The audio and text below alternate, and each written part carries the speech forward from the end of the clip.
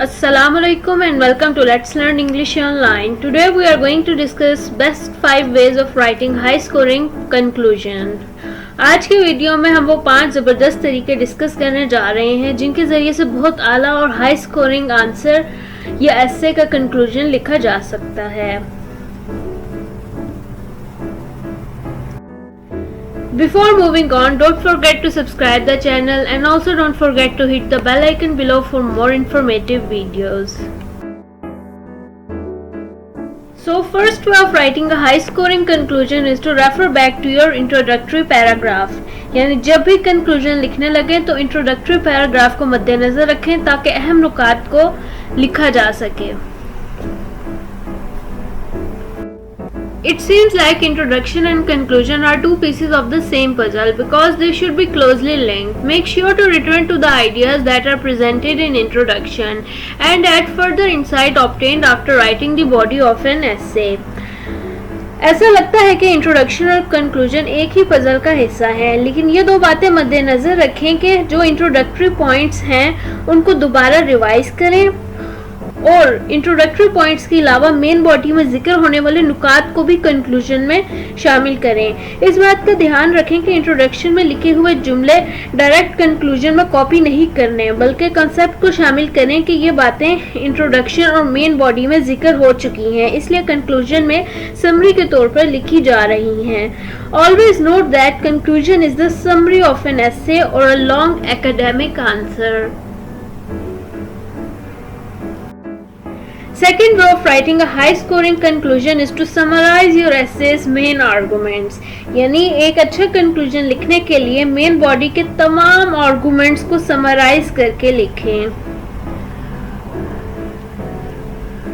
It is very important to provide a summary of essay's main points in your conclusion, but make sure to avoid repeating things. Instead, show the examiner how the arguments are made and how the supporting detail was introduced. यानी अच्छे number हासिल करने के लिए लिखे जाने वाले conclusion में दूसरी बात ये होनी चाहिए कि लॉन्ग आंसर या ऐसे की मेन बॉडी में जितने भी नुकात ज़ेरे बहस आए हैं उनको शॉर्ट फॉर्म में लिखें और कंक्लूजन को एक छोटी समरी की शक्ल दें, लेकिन इस बात का ध्यान रखें कि कोई भी पॉइंट रिपीट मत हो सके.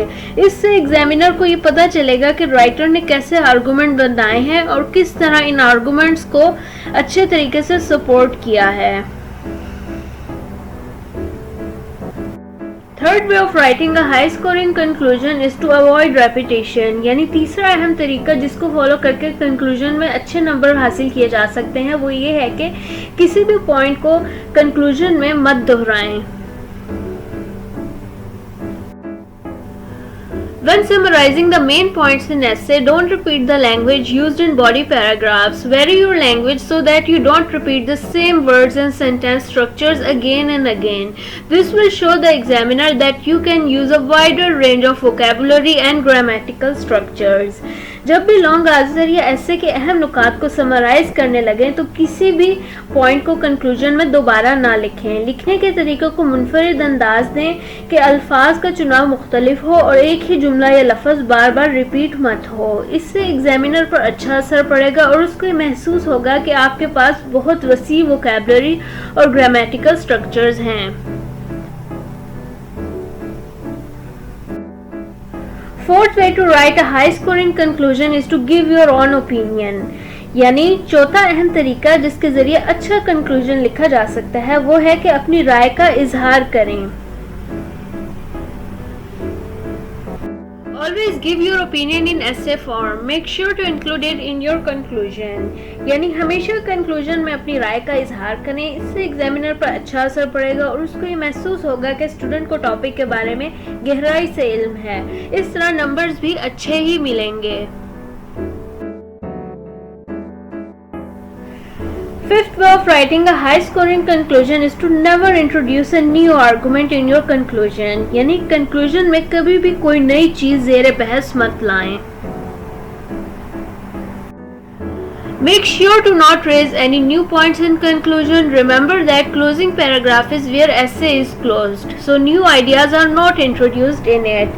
इस बात का ध्यान रखें कि कोई भी नया पॉइंट कंक्लूजन में मत लिखें, क्योंकि कंक्लूजन essay को ख़त्म करने के लिए लिखा जाता है। इसमें तमाम essay की समरी होती है, इस वजह से कोई भी नया आर्गुमेंट कंक्लूजन में शामिल नहीं किया जा सकता। So this is it for today. See you in the next video. Just stay tuned with Let's Learn English Online for more informative videos.